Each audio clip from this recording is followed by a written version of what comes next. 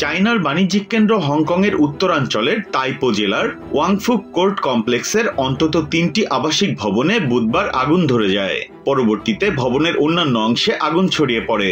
৮টি ব্লক নিয়ে গঠিত ওই কমপ্লেক্সে রয়েছে প্রায় ২,০০০ ফ্ল্যাট। প্রত্যক্ষদর্শী হ্যারি চিউং জানান, ভবনের সংস্কার কাজের জন্য বাঁশের মাচা বানানো হয়েছিল, সেখান থেকেই প্রথমে আগুন লাগে।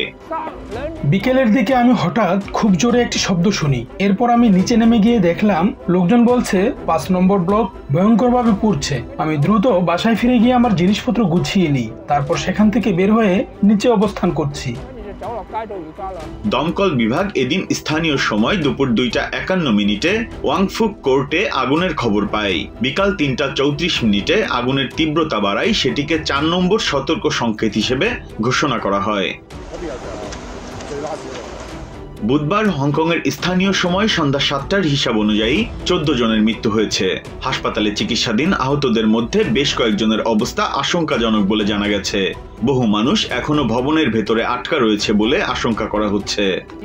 আমি এখনো আতঙ্কের মধ্যে আছি। এতগুলো ব্লকে আগুন জ্বলতে দেখেছি। কিছু ব্লকে আগুন সরাসরি মানুষের ঘরের ভেতর পর্যন্ত পুড়িয়ে দিচ্ছে। এটা দেখে কেউই ভালো থাকতে পারে না।